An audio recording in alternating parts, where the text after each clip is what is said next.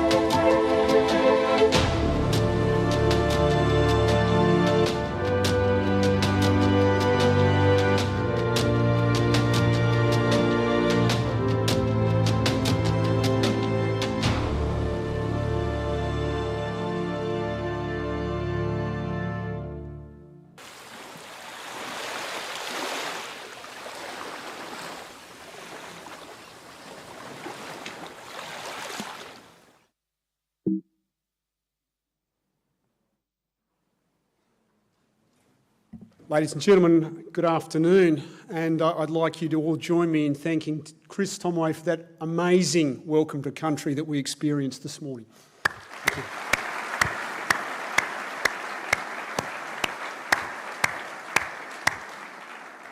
I too would like to acknowledge the traditional custodians of the land that we meet on today, the Gadigal people of the Eora Nation, and I too pay my respects to their elders past, present and emerging. Senator, the Honourable Linda Reynolds, our Minister for Defence, Mr Greg Moriarty, Secretary of the Department of Defence, General Angus Campbell, Chief of the Australian Defence Force, Vice Admiral David Johnston, Vice Chief of the Australian Defence Force, Lieutenant General Rick Burr, Chief of the Army, Joe Avasi, representing the Chief of the Air Force, and I can't see him, but I know he's here, Air Marshal Warren McDonald, the Chief of Joint Capabilities. fellow chiefs, heads of navies, commissioners of police forces, men and women of the Australian Defence Force, men and women of visiting Defence Forces, industry leaders, ambassadors. Ladies and gentlemen, welcome, and a very good afternoon to you all. It's truly a great privilege for me to see such a great, diverse crowd here this afternoon as we officially launch the Navy's 11th Sea Power Conference. This year is our biggest program to date, incorporating a number of related events, including the inaugural Senior Enlisted Leadership Conference, which will be hosted by the Warrant Officer of the Navy, Warrant Officer Gary White, and I welcome all of the senior warrant officers and enlisted sailors who are with us today.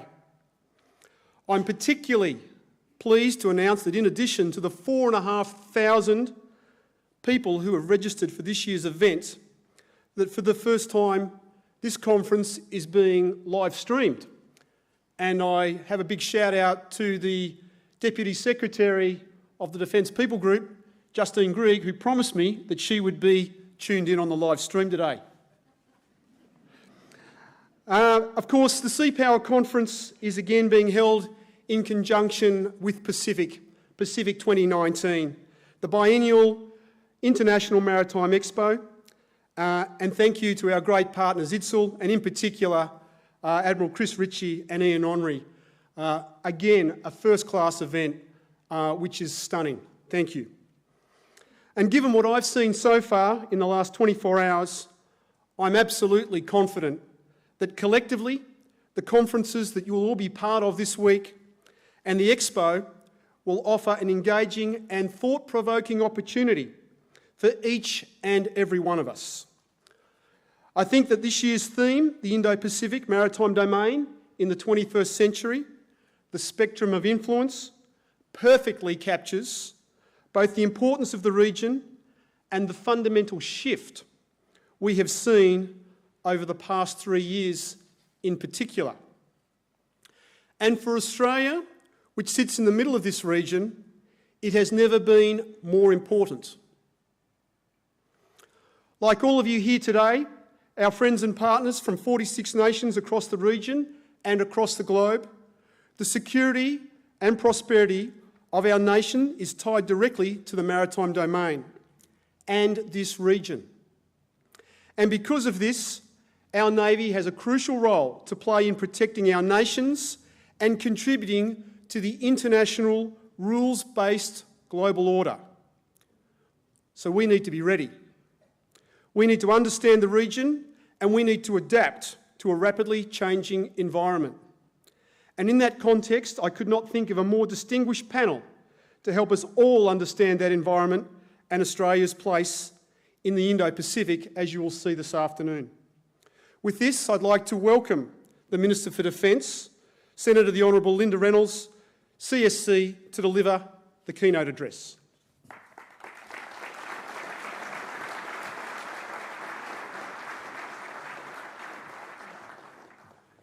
Thanks very much. Thank you.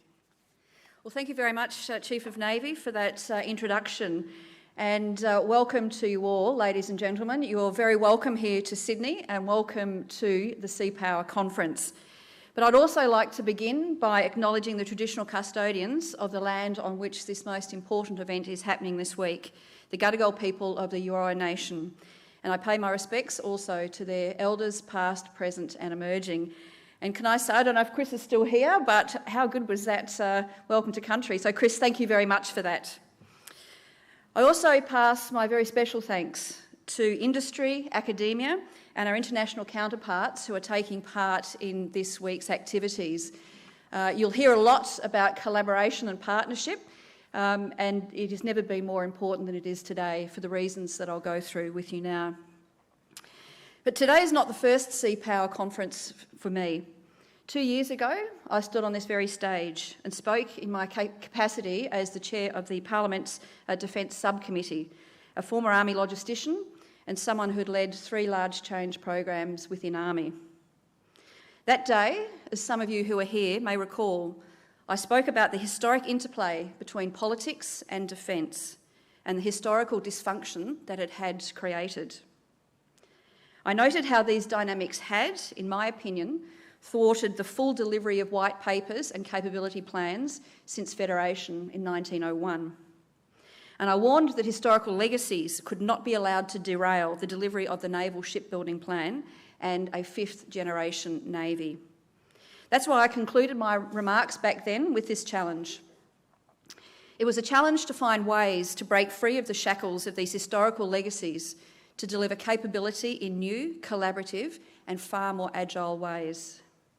That challenge stands today, even as we are on track to deliver the most ambitious naval build-up in Australia since the Second World War. But to be blunt, we are investing in this new naval capability because we must. As the Prime Minister said last week, we've entered into a new era of strategic competition, a not unnatural result of the shifting power dynamics in our modern, more multipolar world and globalised economy. Australia is an Indo-Pacific nation, and our region is the epicentre of that change. And our region is anxious as it goes through the most significant geopolitical change since World War II.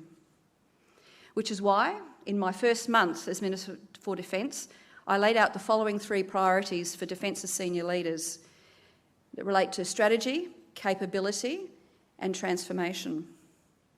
Firstly, strategy.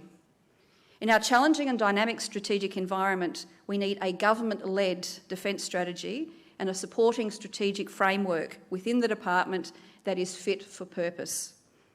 That means one fit for adaptation, transformation and technological disruption.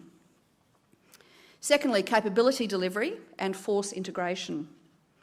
As we implement $200 billion of investment in the ADF, $90 billion alone in our Navy, we must ensure that all of our capabilities are delivered on time and on budget, are technologically superior, are fully integrated into a joint Australian force, and are seamlessly interoperable with our allies and partners globally. But to achieve this, we need seamless collaboration with our trusted industrial and academic partners here in Australia. Thirdly, reform. To achieve the first two, we have to continue the process of reform within Defence. Transforming Defence into a single strategy-led organisation that is astute in how it sees the world, insightful about how that world is changing, and attuned to technological disruption. And it's agile and flexible in responding to its external environment. And that is true for all parts of Defence, ADF and APS. We must now become one Defence, both in name and also in practice. A whole that is far greater than the sum of the individual parts. Because unity of effort behind a unified purpose, one that has been so clearly and decisively laid out by Prime Minister Scott Morrison, will be vital for protecting the nation and its interests in the decades ahead. The 2016 Defence White Paper identified major trends shaping our region: the US-China relationship, challenges to the rules-based global order, the threat of terrorism, state fragility, military modernisation, and the emergence of new and complex non-geographic threats in the space and also the cyber domains. While the White Paper's analysis of these drivers still holds, it underestimated the speed of that change. Indeed, the world itself has changed far more quickly than we assessed in 2016, and so too are the consequential challenges. These challenges operate simultaneously in a dynamic and quite unpredictable mix. At any point, they can compound and cascade, creating challenges of much greater strategic significance than any single one challenge or problem on their own. The challenges are multifaceted, they are multidimensional, and they require a whole-of-nation response. There is simply no point in wishing that these changes were not happening. They are. The world is rapidly changing. And as a government, under the Prime Minister's strong leadership, we are working in new ways with friends and allies to ensure that the rules-based global order adapts to the new realities of our world. Adapting in ways that preserve sovereignty and the elements of that order that we have and must continue to deliver peace and prosperity. For defence, this means we need to assess these changes and challenges in a very hard-headed manner to adapt to the reality of the changes around us. What changes we need to make to our strategy, what changes we need to make to our capability, and how we transform defence into an organisation that can deliver on the national tasks for the decades ahead. And this is particularly true for sea power. To protect and defend our national interests and the nation itself, we will need a Navy that can do many things. It will need to understand its many roles in the national security strategy. It will have to have cutting-edge capabilities integrated across the fleet and across the ADF, and as I've said, in ways that is fully interoperable with our allies. And a Navy that is able to progressively transform itself to meet these evolving challenges. Ladies and gentlemen, today our Navy is busier than ever. Navy has on average 20 ships at sea per day, conducting in excess of 200 foreign port visits across 32 nations, and participates in up to 30 naval exercises per year. And we're very proud of our Navy and for their role. This year alone, Indo-Pacific Endeavour saw 5 ships visiting 7 countries, with 1,100 ADF personnel aboard for 5 months. And that tempo is only set to increase. As a 3-ocean nation, with one of the world's largest exclusive economic zones, this is abundantly clear. And it's also very clear that all 3 oceans are becoming increasingly contested. We're ensuring that we maintain a deployable force capable of providing options to government, from assisting with disaster response to operating in high-threat environments with coalition partners. Across the fleet, Navy is supporting our national security interests right across the world. Our patrol boats help keep our nation's borders secure. Our supply ships are supporting the Navy's operations and those of our allies and partners in the region. Our hydrographic and mine hunting ships are supporting national and military taskings, flying the flag and keeping the maritime environment safe. We have frigates regularly deploying to the Middle East to provide security and stability in that region. And next year, a frigate will participate in the International Maritime Security Construct to support the free passage of civil maritime flows through the Straits of Hormuz. Our ships are more regularly visiting neighbours across the Indian Ocean to build our relationships through joint exercises and activities. And as they traverse that region, our ships exercise rights of freedom of navigation and help keep our oceans open, consistent with international law.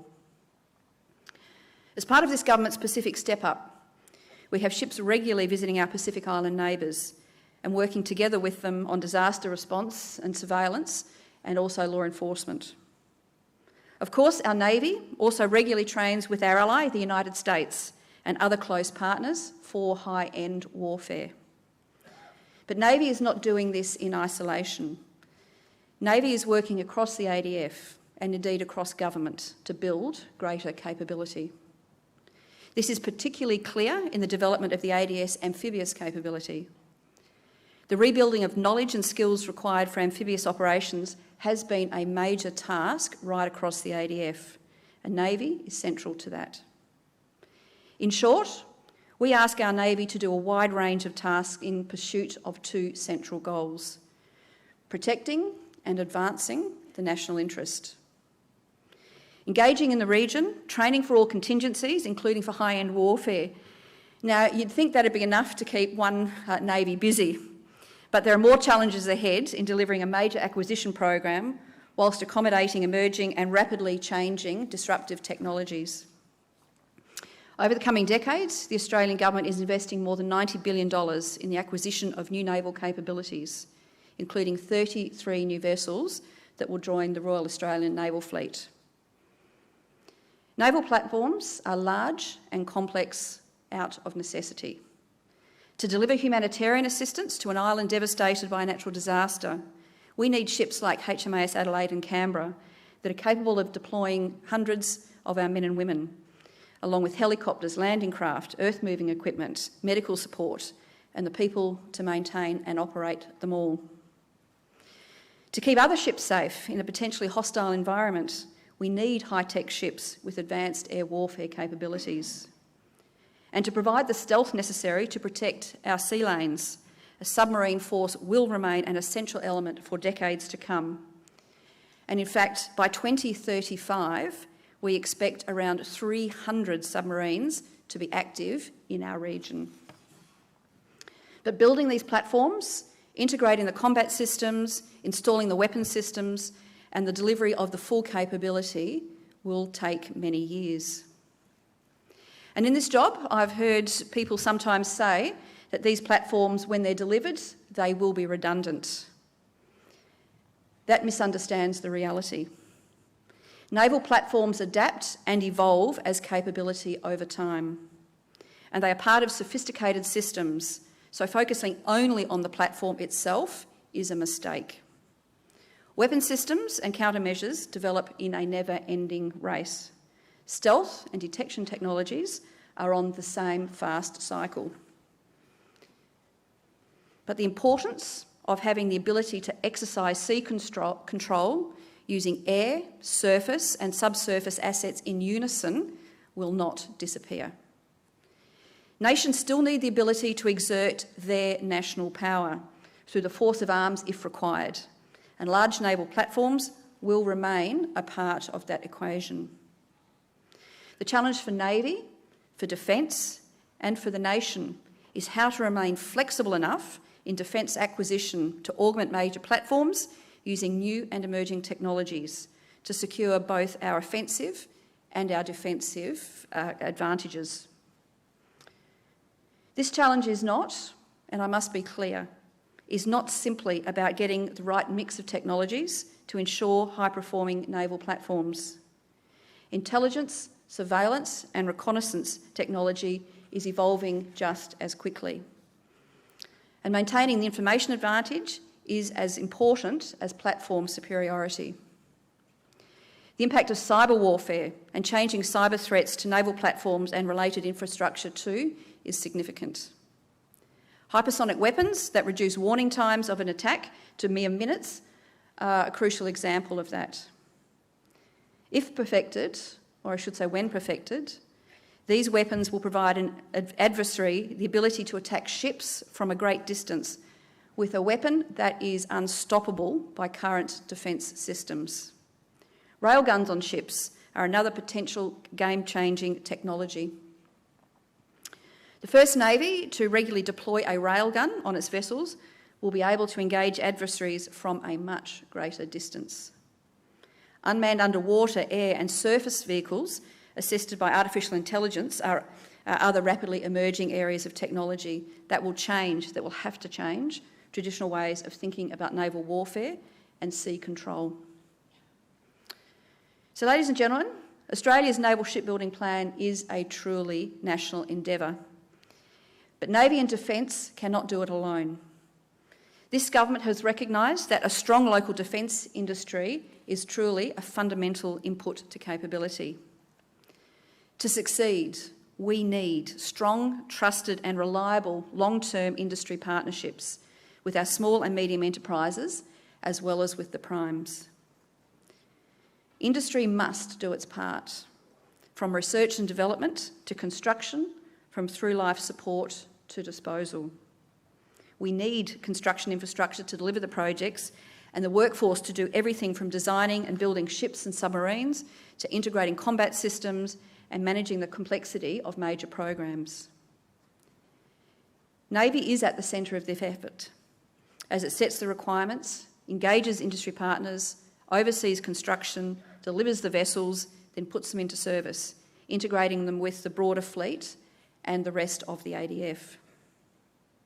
The fleet we need in future will be far more than the capable platforms we currently have in service. The fleet of the future will need to be one that is integrated with the entirety of the joint force, capable of defending itself against everything from small boat swarms to cyber attacks, and equipped also with the intelligence to provide commanders with a clear decision-making edge. An integrated future fleet needs seamless communication with all platforms in the Australian force and the ability to share information and data with our allies. It needs to be integrated with a system of threat detection and real-time intelligence analysis that provides insights into the intent and also the capability of adversaries. But just as important as all of these capabilities is a system that allows us to monitor and evaluate technological and strategic challenges and adjust our capabilities and our policies. Navy, as with any capability manager, needs to be active in its horizon, scanning to understand threats and also to rapidly action opportunities. Navy is working closely with the Defence Science and Technology Group, which needs a clear understanding of what is coming its way and, again, with the agility to respond. But as we all know here, the real capability edge that Navy has is its people.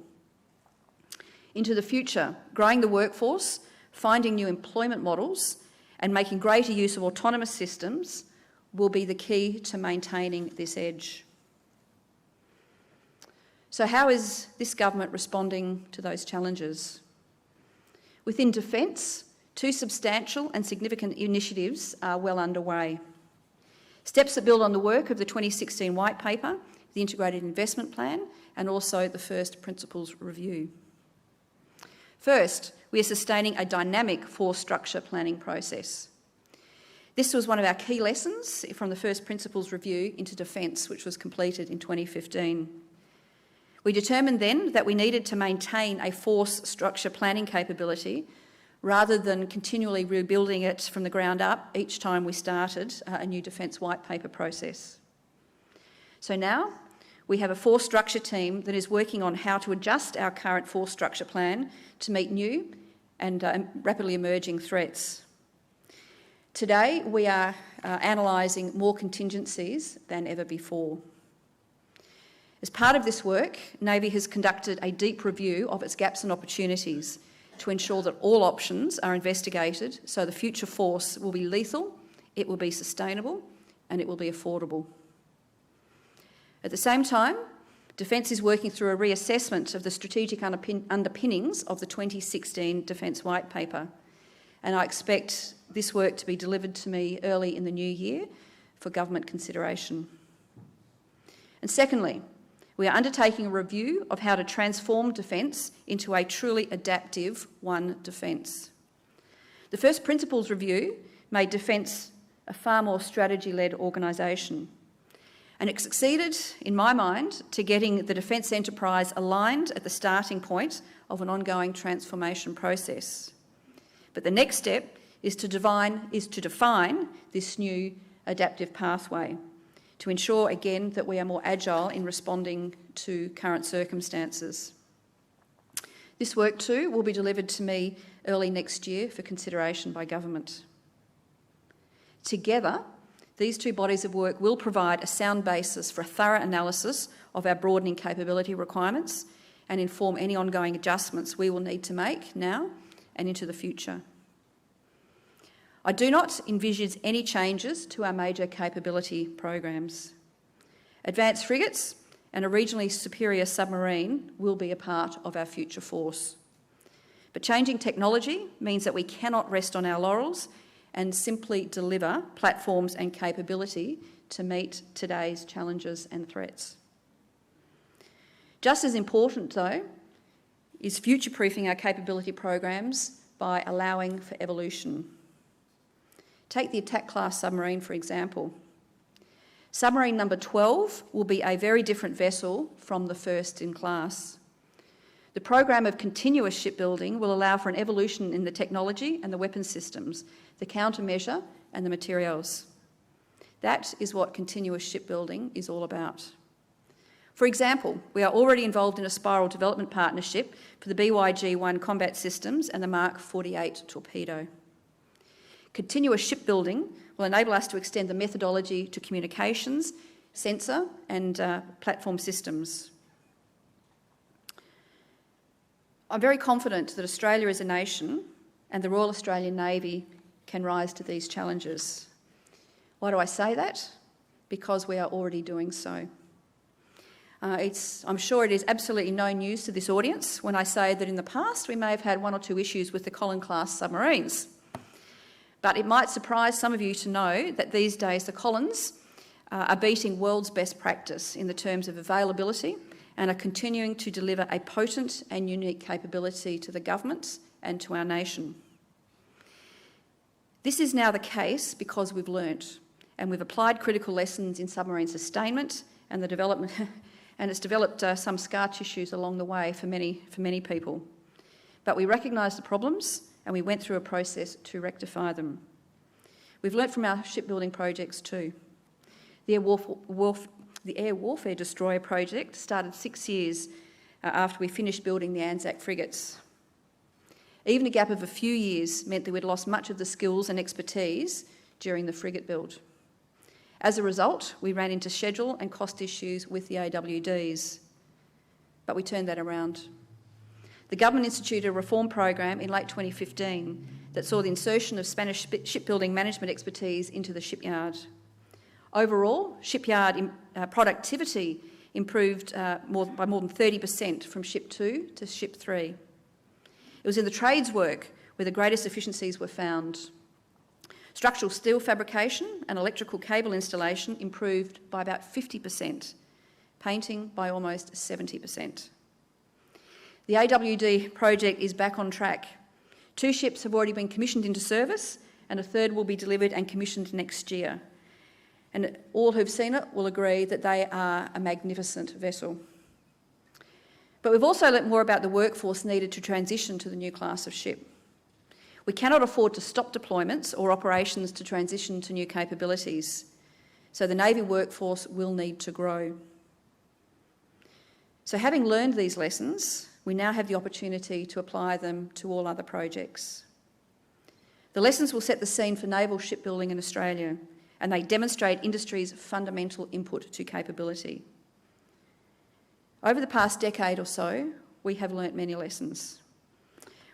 We are not embedding these lessons in our thinking. We are now embedding, I should say, these lessons in our thinking, our strategies, and also our delivery.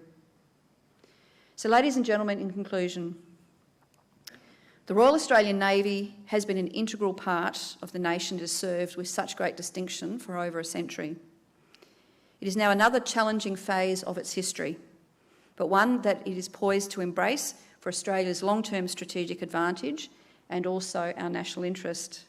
We are rebuilding our fleet and transforming sea power to ensure a potent capability for whatever challenges this century brings our nation. Thank you.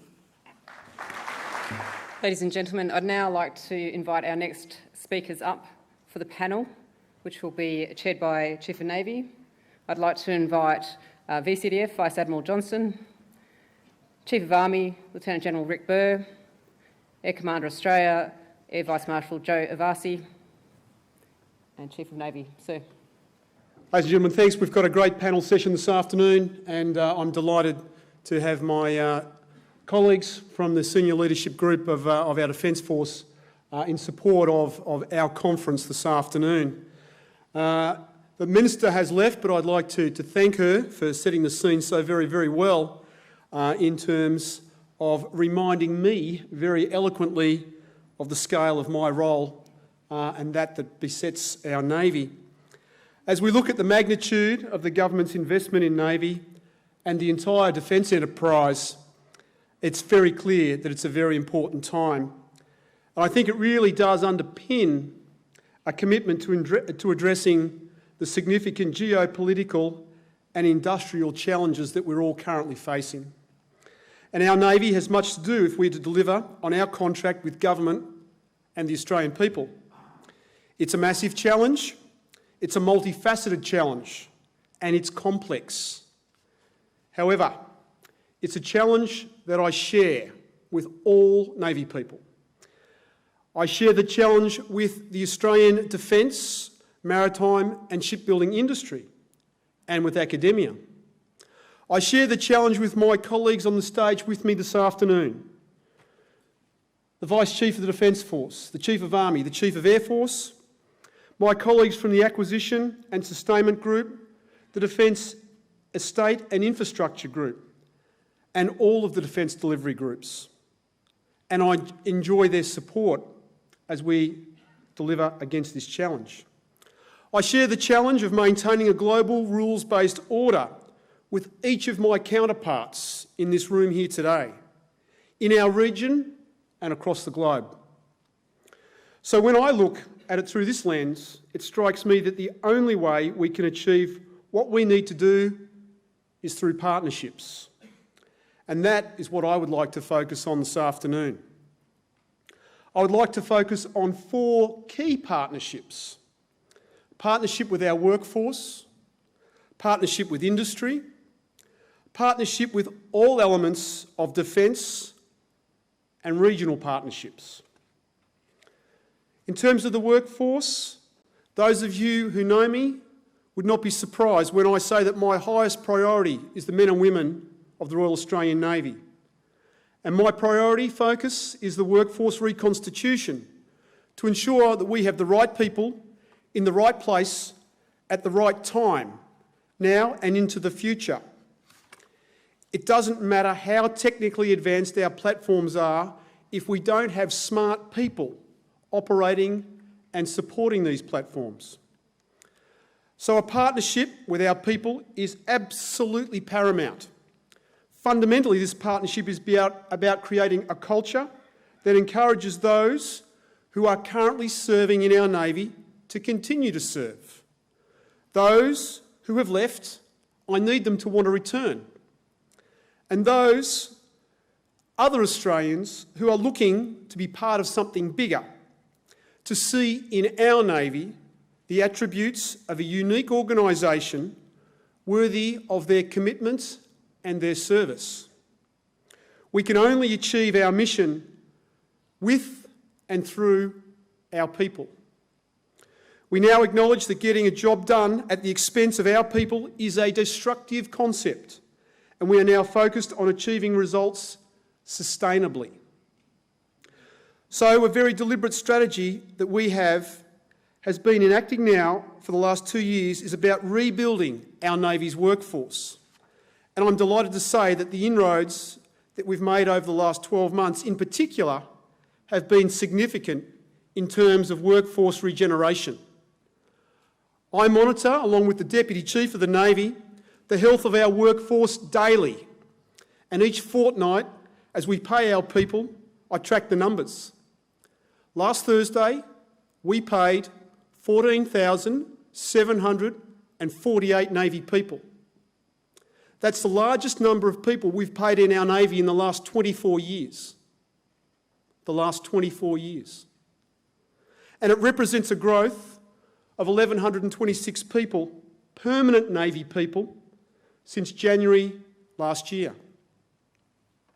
However, we're still about 900 people short in the ranks of leading seaman and petty officer, the ranks of lieutenant and lieutenant commander, and as the Minister so clearly articulated, we have a number of additional challenges coming with complex transitions to our future capability. So while we are heading in the right direction, it will still take time to rebuild the experience of the Navy, and this will require an enduring commitment and partnering with each and every one of our people. The second partnership that I want to speak about this afternoon is with industry, and I cannot overstate the importance of this crucial partnership. This morning, I was delighted to launch the Navy Industry Engagement Strategy alongside Minister for Defence Industry, Minister Melissa Price. And when I came in as the Chief of Navy just over 12 months ago, I started with a very clear vision and a commitment to work more closely with our partners in industry and ultimately deliver Navy capability.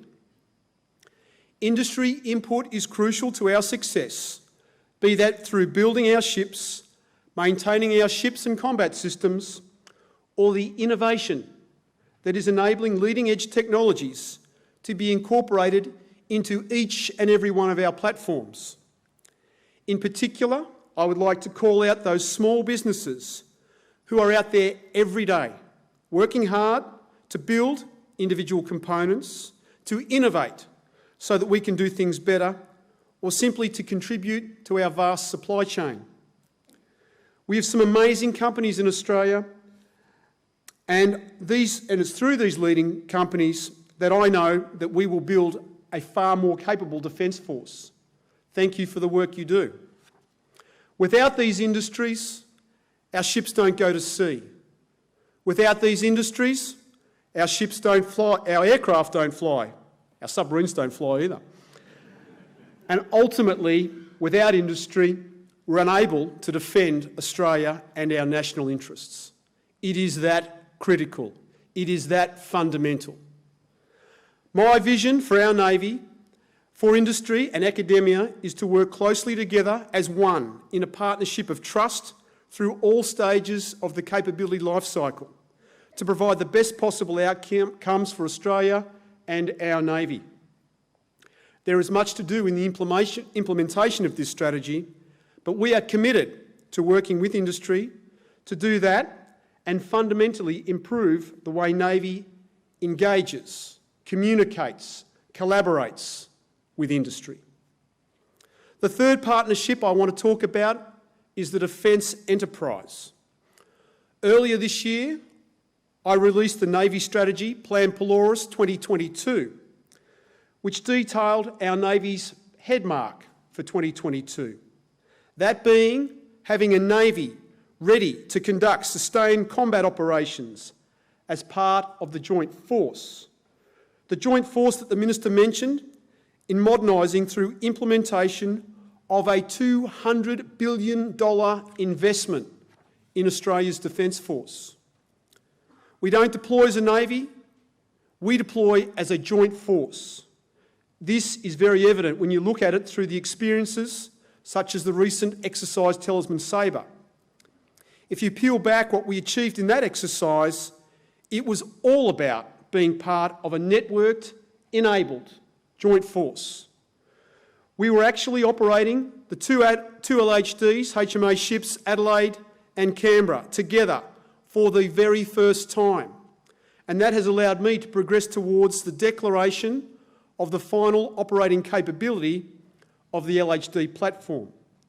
But moreover, we're talking about the broader amphibious ready group, and that's all about command and control and integration with our brothers and sisters in the Army and the Air Force. Fundamentally, it's about being able to plan and operate in an aggravated way, sharing information between land systems, air systems, maritime systems and cyber systems. That really is the way that we will now do business and into the future. This includes opportunities around cyber, advanced ICT systems, space, satellite protocols, collective defence and the employment of kinetic and non-kinetic effects. And when we're thinking about these aspects every day, we need to implement these aspects every day. Some of the trials that HMAS Brisbane, the second of our air warfare destroyers, are conducting right now, today, on the west coast of the US, will be to step up from where Hobart previously conducted her trials less than a year ago. And it's all about networked abilities. This includes sharing targeting information from the third party in real time. It's a game changer, and we're going to continue to build upon that. In terms of continuous shipbuilding, our challenge is unprecedented in Australia's history. It's the single biggest recapitalisation of Australia's Navy since the Second World War. As I already mentioned, I share this challenge with each of the defence delivery groups and my trusted colleagues, partners and friends from the Army and the Air Force. We share it with multiple government departments that contribute to the National Naval Shipbuilding Plan with an outstanding level of collaboration and partnerships, and this has increased exponentially over the last 12 months. There is no doubt that I am well supported across the entire enterprise. Without trivialising this challenge, I'm really excited. I'm excited by the amount of support that I receive on a daily basis from my colleagues across the department. I'm excited by the buy-in and the support that I get from defence industry, and it gives me a very healthy level of cautious optimism that we can and we will do this, and we will do this together. Lastly, but certainly by no means least, are our regional partnerships. In recent years, global events have underlined the enduring importance of upholding the international rules-based global order, a responsibility for which all nations must play their part. This responsibility is no more evident than in our region. Last year, I spoke at the International Sea Power Symposium hosted by the United States Chief of Naval Operations, Admiral John Richardson, and my message was very clear. No one nation can do this on their own. As nations continue to derive value from the maritime environment, there is an increasing need for capable and professional naval and maritime forces to promote and foster good order at sea through trusted partnerships. My Navy is absolutely committed to playing our part in building those regional partnerships, and I'm exceptionally proud that during a typical week over the last 2 years, the Fleet Commander has delivered no less than 20 ships at sea and no less than 2,000 Navy men and women at sea every day, 365 days a year. And that represents about 14% of the total naval force. Delivering regional outcomes and working alongside your teams across the globe. As a nation, we are prioritising outcomes that lead to strengthened maritime domain awareness and maritime border protection. Improved information sharing is vital to combat transnational crime. We need greater regional and coastal interconnectivity. We need improved reliability and efficiency in shipping in the region, and more sustainable management of our maritime resources. And because we know that no country can truly expect to act alone to solve the dynamic maritime challenges that we are currently facing, we seek to build a Navy that can work with and support our neighbours, friends and allies in the region. And yesterday, while many of you were still celebrating the victory of the Roosters against the beloved Canberra Raiders, I was delighted to be able to sit with 14 of my brothers from around the region, from around the Southwest Pacific and Timor-Leste, and we talked, and we collaborated, and we thought, and we planned, and we agreed to meet again and discuss the very important challenges that we are facing in our region. We all have a stake in regional peace and stability, unimpeded trade and freedom of navigation and freedom of overflight. This conference affords us the opportunity to reflect on the significant contribution that you all make in this endeavour every day.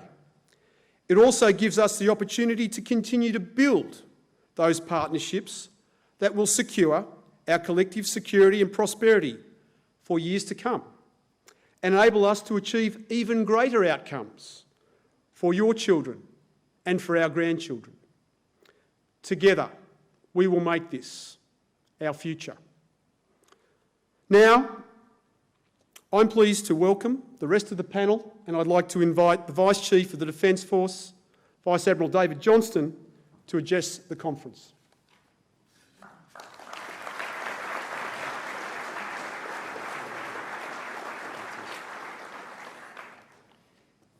Chief of Navy, thank you, fellow chiefs, the many distinguished guests that are in the audience, and importantly, the colleagues, all of us who wear a military uniform. My job in the next few minutes is hopefully to do a couple of things with you. I would like to sow some thoughts for you that as you listen to the presentations over the next few days, as you walk around the trade halls and have a look at some of the products that are being made available to us, but most importantly, as you return back to work, that you have some things in the front of your mind that reflect what we are thinking around the future requirements of the force and what we need to deliver to enable our country to be a responsible partner in our own global community. And I'm going to pick up with a comment that the Minister made, and then I'm going to reframe some of what she has said and the Chief of Navy has offered you. And the Minister made a comment in her speech that the changing strategic environment in which we find ourselves needs a defence strategy that is fit for purpose, but also fit for change. And I think certainly in the Minister's speech, in a lot of the commentary that is part of our security environment at the moment, change is one of those elements that is moving quickly and of which we need to adapt to make sure we're moving with it. As the Joint Force Planner that looks at the future force alongside the chiefs beside me, the types of issues that we're thinking deeply around are, of course, our people. What do we need in the people that are part of today and the future force? What equipment do we need? What level of integration and interoperability does that equipment need? And I'm going to give you some insights into where we think that might be the case. Where do our training and our tactics, techniques and procedures need to evolve to make sure they deliver the force effect that we need now, but are ready for the environment in which we're increasingly going to find ourselves? And that's going to be all partly based on an assessment of where, particularly in the ADF, do we continue to find the advantages that makes us successful in a military force. And I'm going to give you just three that are at the top of my list at the moment, and then perhaps translate that into a few characteristics that are relevant to what this force will need to have. The three force advantages that, as I look at the investment program and the projects that are brought forward, that sit on my mind as part of the judgments by which we look at the utility of what is being offered to us, are the ability of those systems to let us know the environment better than others who will also find themselves operating in it. Knowledge of that environment is key, and you can take that through all the domains in which we find ourselves. The second part is our ability to harness and exploit effects right across the full spectrum. And when I speak effects to you, like the chiefs, we're not just talking about military effects, but we're talking about the effects that we bring through our partner elements here in Australia, the work that we do with many of those areas who are part of providing a security capability. And I'll highlight that to you in a moment. And the third criteria that is important to me is the ability to enable the force to act quicker and more decisively than others that it may find itself operating in. So how do we build that both capability and skill set for our operators and those who are supporting them to be able to turn around and make decisions quicker than others might? So there's some characteristics that you would pull that are relevant to enabling those three objectives. And the four characteristics that I'll expand just a little on are resilience of the force, the agility of the force, the capacity of the force and its readiness.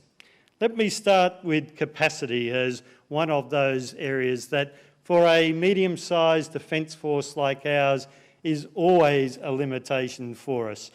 You have heard from the Minister and the Chief of Navy of their pride of the spread and capability that Navy has at sea, in the air or under the water on any one day. But it is a small force. It's capable, it can achieve a lot. We've got to find a way to bring mass and scale to that force to enable us to achieve that full range of effects that the government needs us to achieve in any circumstances. So scale is important, and I think there are a number of ways by which we can progress it.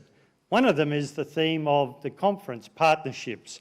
So when you wonder why we invest heavily in making the force joint, while we look at multi-domain warfare and how we bring the full capabilities of defence and our partners to it.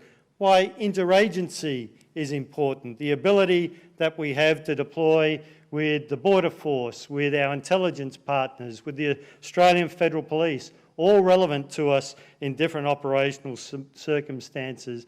Interagency brings capacity and scale. Of course, our international partners, those our traditional allies, those that we work in the region and in globally, enable us to be part of something larger and again bring capacity. And as CN has very well articulated, like the Minister did, industry and academia, areas that we haven't perhaps in the past treated as integral parts of our capability are absolutely relevant to our ability to bring scale and capacity. It's why interoperability is important to us, and whether it's Indo-Pacific Endeavour, some of the activities we do in Pacific Step Up, the work that we do right through North Asia, through South Asia and Southeast Asia, all brings that interoperability, which enables us to be part of a larger capability. And the last one, and you will see a lot of this on the trade floor, is autonomous systems. And for Navy, in part, this is one of the challenges that we will throw to you is how do we upscale ourselves through the use of autonomy to be able to mass platforms in a different way than that which we have done in the past. So capacity is one area. Risks are a key one, and I can talk like CN as a previous operational commander. Managing risks is a key issue for when we look at what the force can achieve and certainly when we apply and provide advice to government. So what does risk mean to us?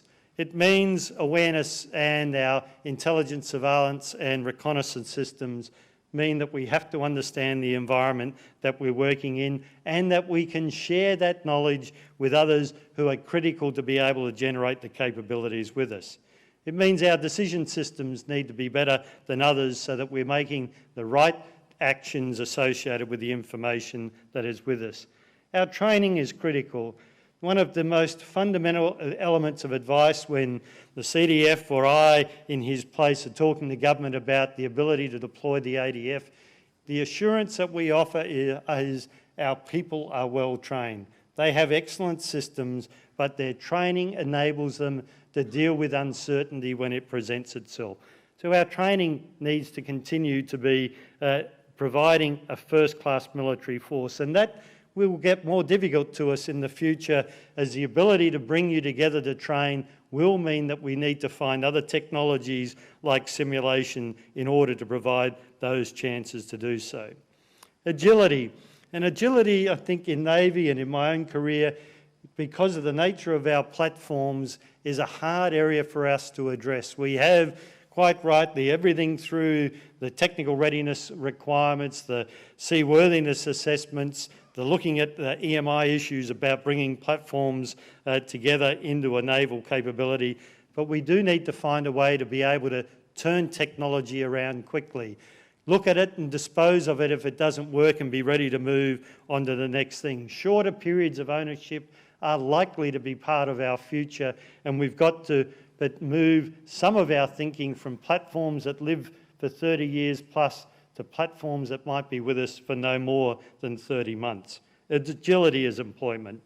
CN mentioned areas that we spend a lot of time thinking increasingly about: space and cyber, both in the maritime domain, but both the Chief of Army and the Air Commander would say equally how it applies in their domains. Bringing those elements together for us as parts of areas where the ADF will now operate and fight in space from a maritime platform or from a land-based capability is absolutely a part of your future. So those all bring agility to us. I'm going to finish with the last part, and this is a resilience element, and a challenge as you look at that technology that's available is, as much as we need to be ready to adopt to these technologies that are in front of us, you need to be ready to operate without them. So what happens when our communication systems are brought down, when our precision navigation and timing may be interfered with or is inoperable, and we need to switch to other means of doing so. When the electronic magnetic environment or the air defence environment is not an area that we enjoy superiority, how will we work in those areas? So resilience is a key component that enables us to exploit all the other attributes of the force that are important to us. So as you walk through those trade halls, as you listen to the speakers that will follow over the next couple of days, and you form your thinking about what is important both in your workplace now and in the workplace and the environment in which you find yourself in the future, these are the issues that we are thinking of and we need you to be a part of. Thank you.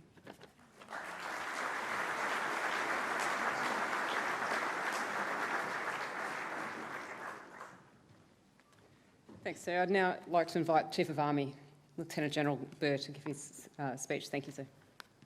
Thanks very much.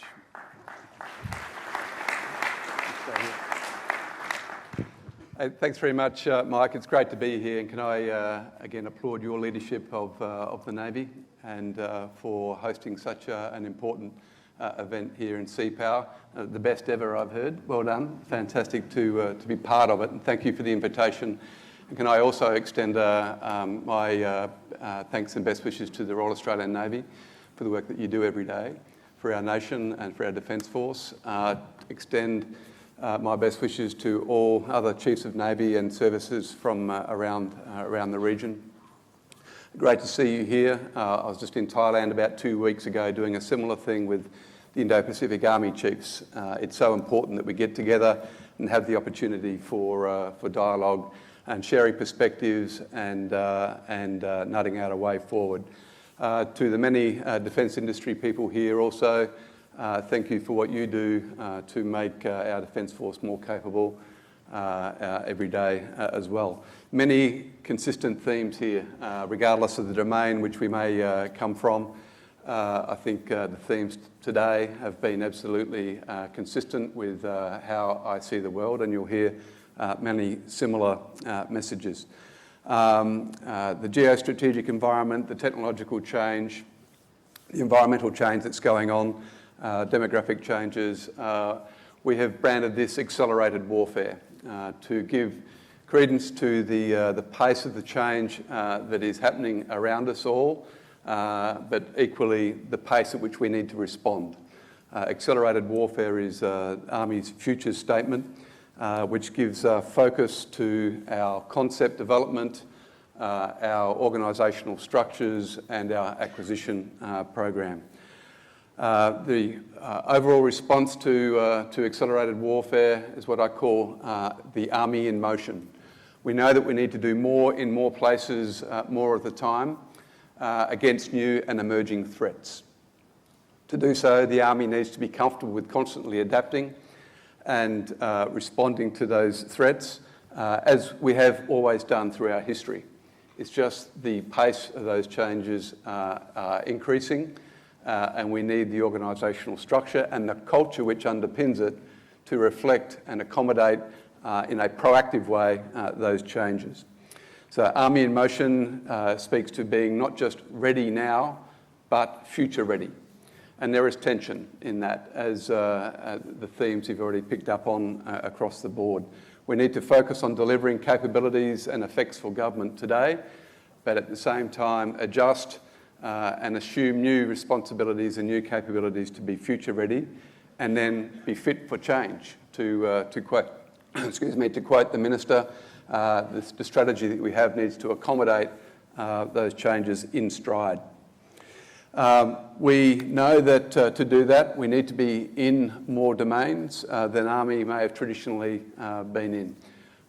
We are both on the land, but operate from the land and onto the land.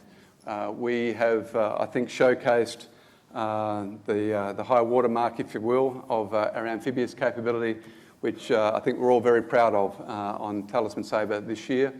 The level of capability shown there that speaks to the level of cooperation over many years between our three services, the way we've come together there. But to see all three forms of aviation support being flown from the LHDs and the landing craft coming out the back, I think at day and night is a real testament to the level of maturity there and the capabilities that we now offer government. The ability for our armed reconnaissance helicopters, the Tiger, to be on board the LHDs during Indo-Pacific endeavour this year, the ability to project force into the region, I think has been unsurpassed in recent times. So a lot to be confident about as we go forward in terms of being ready now, but it gives us a basis to further build on as we get into all other domains more comfortably. We need to be integrated by design to take advantage of being in all those domains as a force design principle, not just joint by design, but integrated by design. And that is very much of our thinking. We have 4 modernisation priorities for the Army: more connected, more protected, more lethal, and more enabled. They are interdependent and speak to the IIP, or the Integrated Investment Program, that is being delivered as Army seeks to recapitalise over this coming decade as well.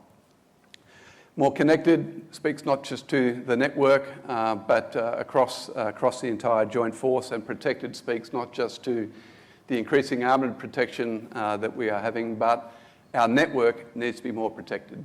We know that we need to make this successful.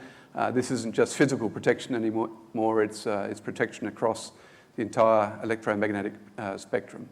More lethal, Army has a number of projects there to advance long-range fires capabilities and the ability to keep up with the mobility which is coming under Land 400 with our combat reconnaissance vehicle and the infantry fighting vehicle. And of course, more enabled. And that's not just the individual soldier, but the entire force being enabled through more capacity, more harnessing of technology. The robotics and autonomous systems strategy, which we are working towards, speaks to greater use and incorporation of unmanned teaming. And then again, we'll see more of that to build on the existing manned platforms that we have to be future ready. We are focused on delivering this through important cultural change, through good soldiering, which is the cultural optimisation plan, which is focused on teaming, not just teaming inside the Army, but teaming across the joint force, across defence, industry, across any partner that's needed to solve the problem at hand. Teaming in this new sense is very much about collaboration and being comfortable with bringing expertise from wherever it resides onto the team. Training transformation is my number one internal workforce focus, so that we can deliver a force that is future ready. And of course, I'd just like to finish on partnerships, which has been the other theme of today. We practice that every day, of course, through our teaming concept, but increasingly it's stronger partnerships, stronger collaboration with industry, with academia, and with our regional partners. And today, through the Pacific Step Up, building on an existing foundation of strong international engagement over many years, to do more together and continue to make our region more safe and prosperous. And I'll leave it at that, but with one final plug that will continue this conversation across the multilateral forum through Land Forces in Brisbane in September next year. Thank you very much.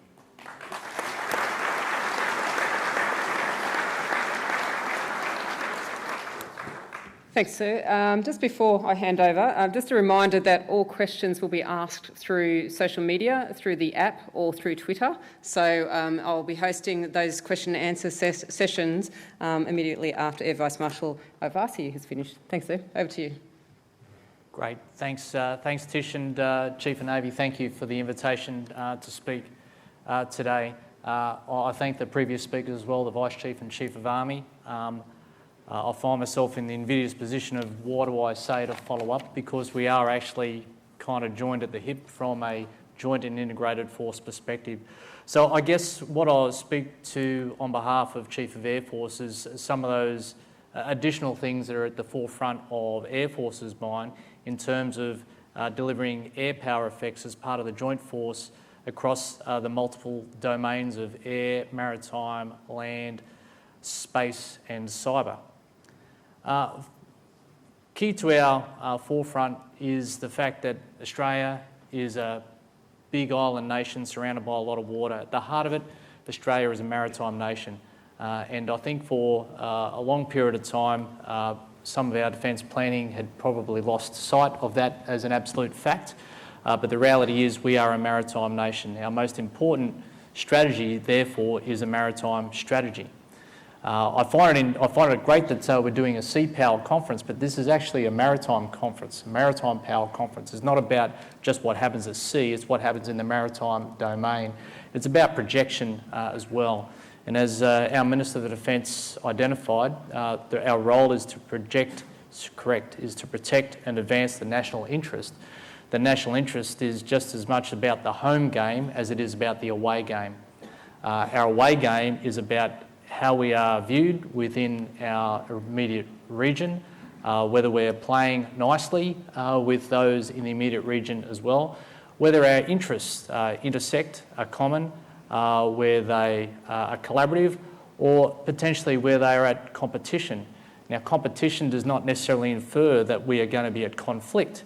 It's actually understanding that every sovereign nation has its own particular perspectives. So it's a case of, as a military officer delivering particular effects, what do we contribute as part of our own government's interest as our part on the world stage.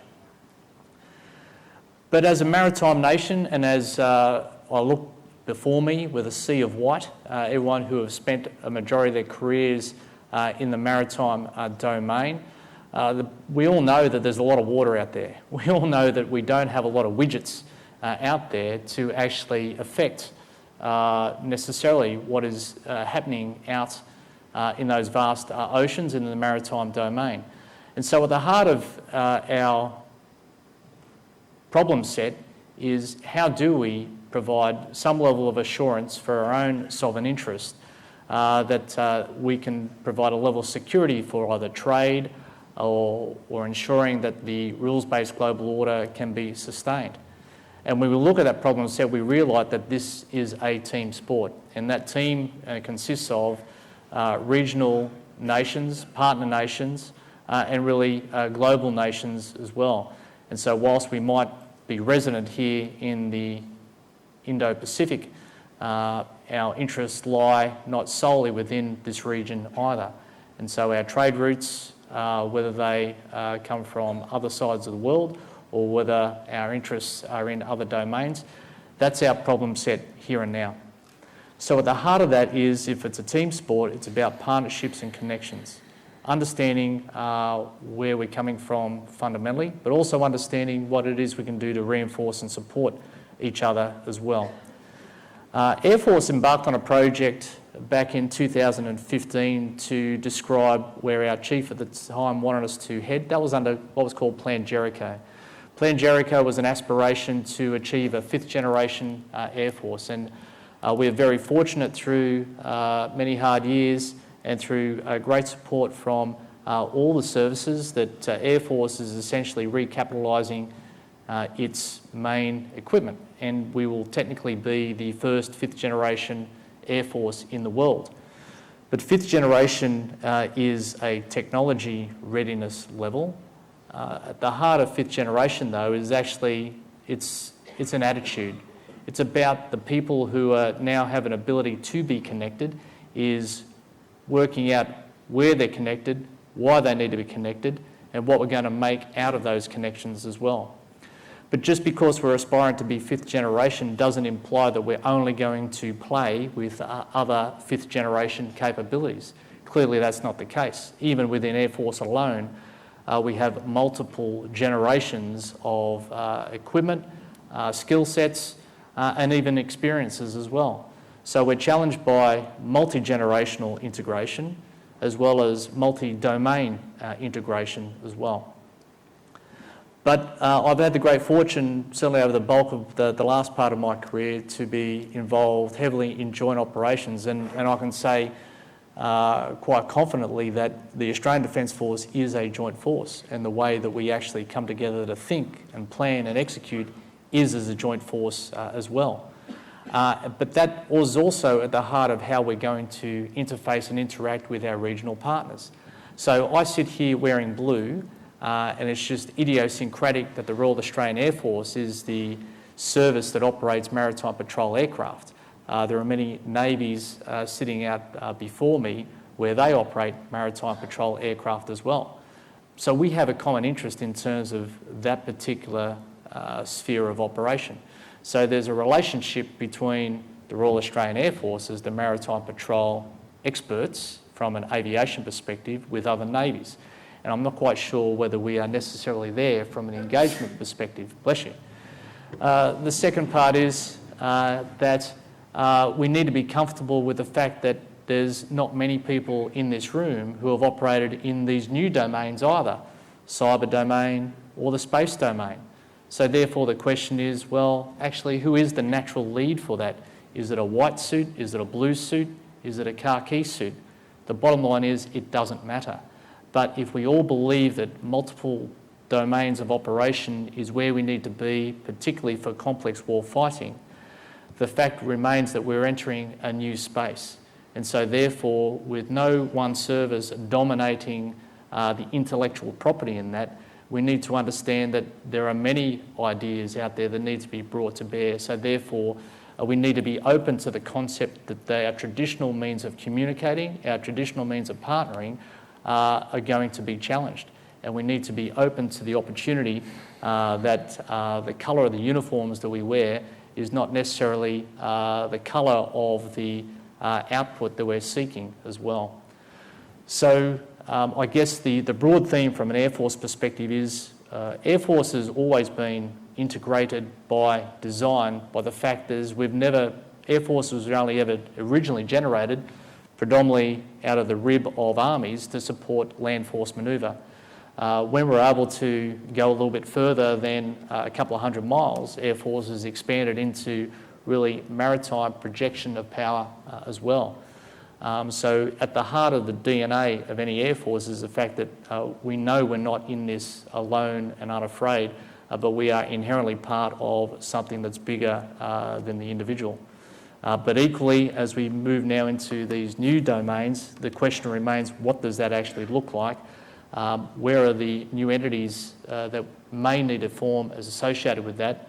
Does that disassociate who we are as individual services? No. But it does hit at a couple of key points, and I'll pick off on the Vice Chief's comments about characteristics of resilience. If we assume that we are all going to aspire to forces that are inherently far more connectable, then that's a wonderful aspiration. The second part is if we're going to enable them to be connected, once again, that's a wonderful aspiration. The third part is if we're going to allow them to be connected, where are we going to allow those connections to occur? And this hits the heart of our command and control structures as well. If we assume that the environment where we might be employing these complex capabilities is going to be complex and contested, as the Vice Chief identified, there might be points in time where our forces, which might be geographically co-located, are now disconnected to the mothership that might be actually providing the command and control guidance in a traditional sense. So the question is, if we now have a force that can be connected and is capable of being connected, are we willing to let them connect wherever they are? And this hits at the heart of the enabling of mission command in the locations where they occur. And this comes down to the partnering with regional players as well. So if we all find ourselves in an exotic location where we're all cut off, do we actually have the ability with the forces that we have around us to plan, brief, execute, debrief, rinse and repeat, whilst the rest of the system catches up with us as well?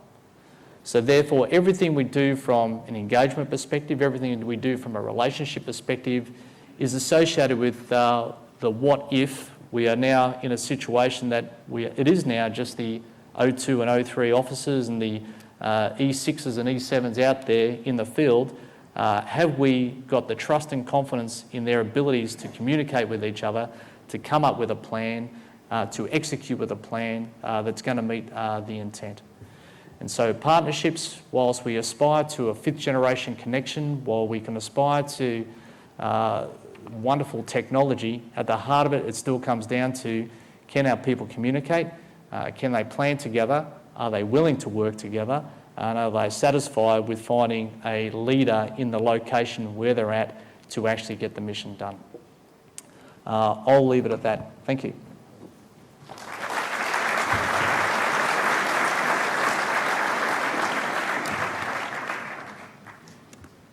Thanks, Sam.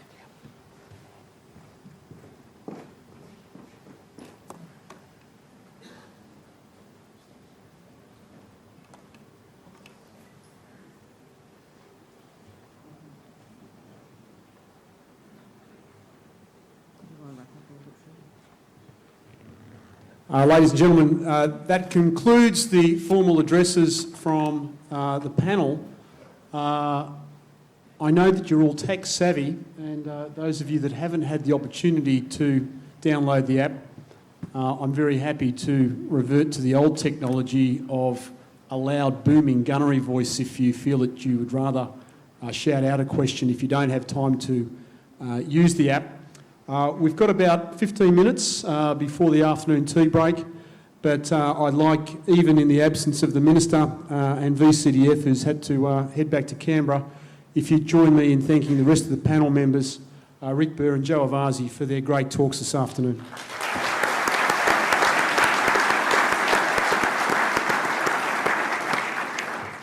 Thanks, sir. Okay, ladies and gents, we're just starting to get a couple of questions through, the marvels of technology. So the first one to Vice Admiral Noonan. The RAN is moving towards some very big transitions over the next decade. Could you say some more about how you are preparing? What is the greatest challenge in achieving operationalisation of the RAN's new maritime capitalisation? Sir. Thank you for that question. It's probably the one that keeps me awake at night, most nights. I think the theme that probably came out during my conversation was about sustainability. The Navy at the moment is about the right size for the things that we're currently doing. The challenge that the Fleet Commander and I have is being able to sustain what we're doing as we know that things are increasing. The fleet's in good shape, and we've only just deployed a pretty major task group only last week, which will spend the next 3 to 4 months through Southeast and Northeast Asia. That's on top of the commitment that we maintain in the Middle East, and some of you would have heard the questions I was asked this morning about our commitment to the IMSC, which will see HMAS Toowoomba deployed to the Straits of Hormuz in early next year. That's on top of the Pacific Step Up, which since February this year has seen a continuous presence of at least one vessel in Papua New Guinea waters and an additional vessel or two in the Southwest Pacific. That's on top of having between 5 and 7 patrol vessels at sea every day as part of our ongoing border security commitments. So as we look at the sustainability of not just the operational footprint, if you look at the unprecedented level of demand in terms of capability, which is clearly a big focus of this conference, having the people supporting Pete Quinn and his team as we take delivery and set to work of future capabilities, as we look at how to understand and grapple with these emerging technologies, as we get after those autonomous systems that industry is offering to us. How do I get to transform those relationships that we've been speaking about? How do I grow the number of defence attachés, maritime security surveillance advisors and technical advisors that we have throughout the Southwest Pacific? How do I contribute to the cyber force? How do I contribute to space? All of these emerging opportunities require attention, resilience, sustainability, and ultimately more people. And that's why the Deputy Chief spends every waking moment and some of his sleeping moments thinking about the resilience and growth of our workforce. So for me, it's absolutely about maintaining the momentum we've got but growing over time. So the theme of partnerships is vital. While ultimately I seek to grow the Navy to at least our funded strength through the Defence White Paper commitment of around about 15,700 people, ultimately I lever off each and every one of my partners here today throughout the region and throughout the globe, because that's the way that we'll achieve the effects that we need to achieve into the future. Thanks, sir. Chief of Army, how will the Australian... Hang on a second.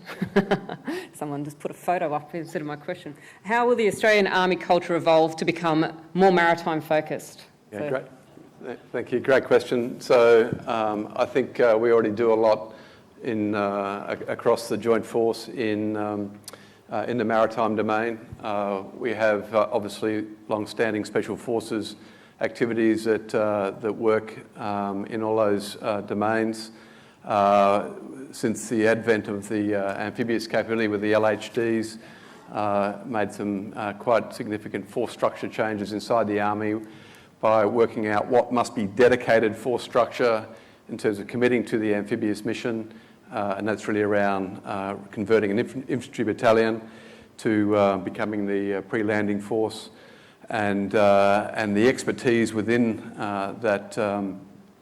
that capability, making it permanent, and then socialising more broadly across Army those elements that will rotate through our readiness cycle to have more exposure and understanding and being more comfortable with operating off of those vessels. So I think it's the more we do it, the more we're learning, the more comfortable we are becoming.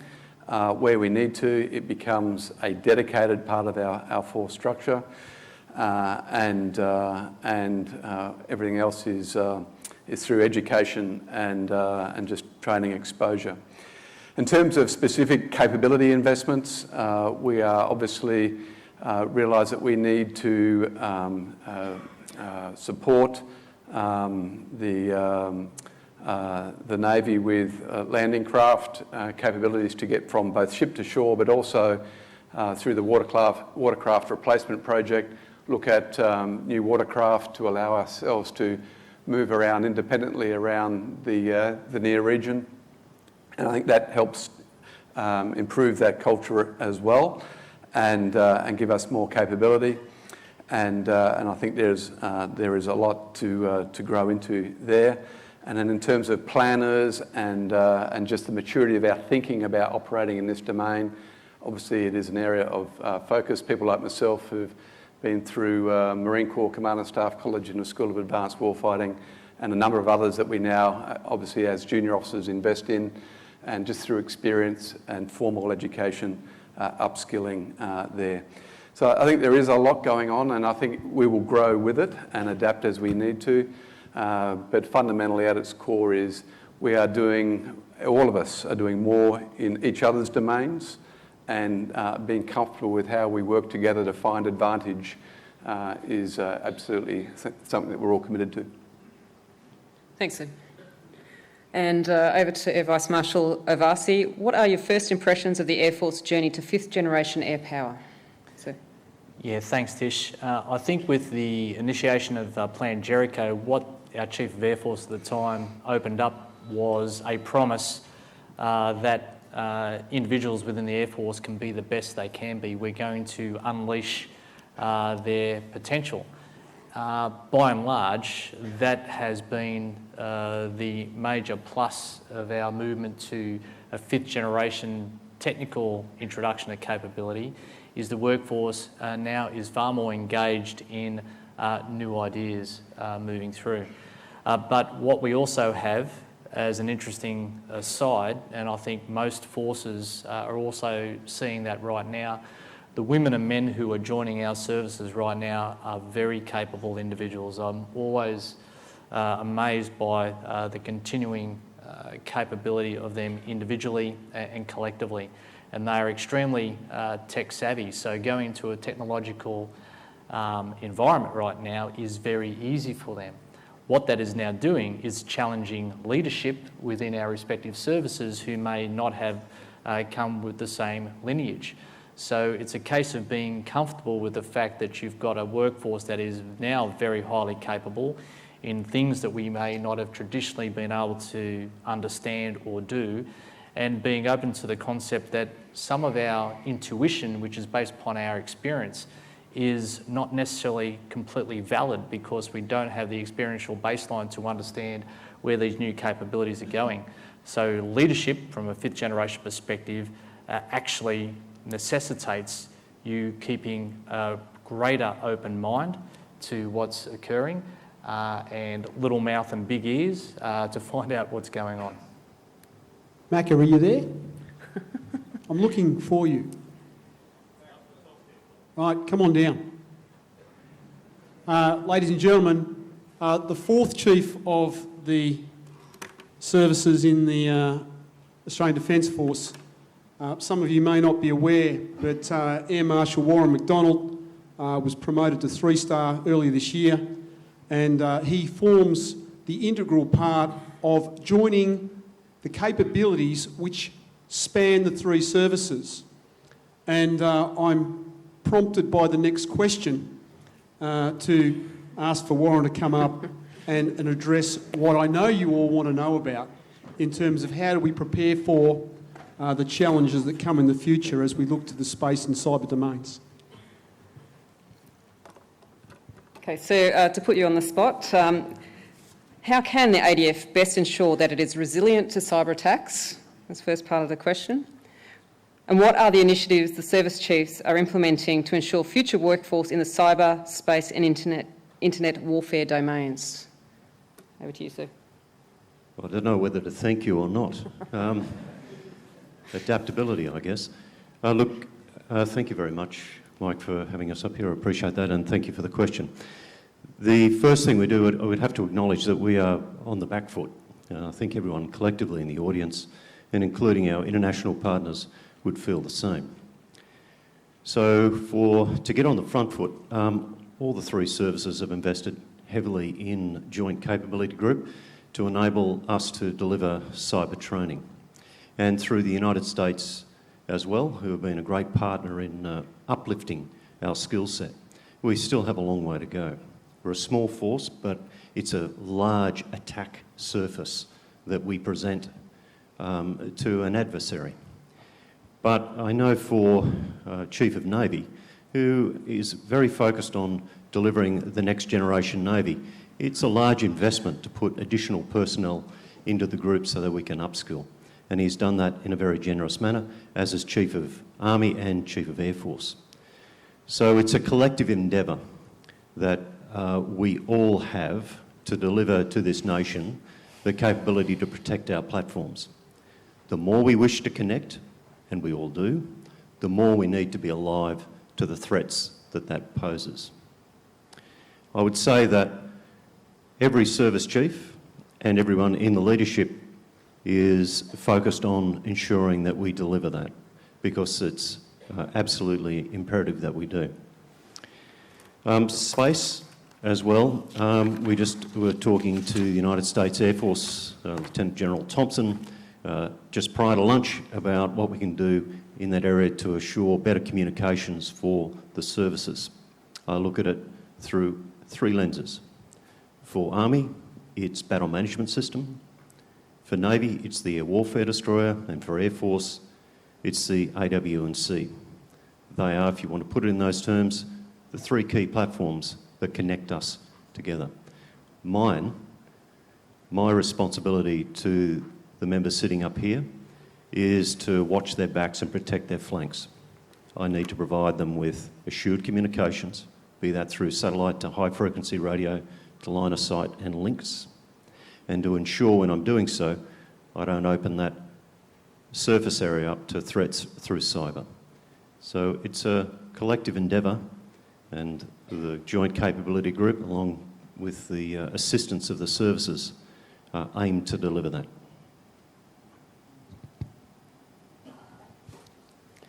Okay, ladies and gents, we've got about 1 minute left, so I think we'll wrap up there for this afternoon's session on the Indo-Pacific. I'd like to thank Air Commander, Chief of Army, CJC and Chief of Navy for their presentation, and please join with me in thanking them.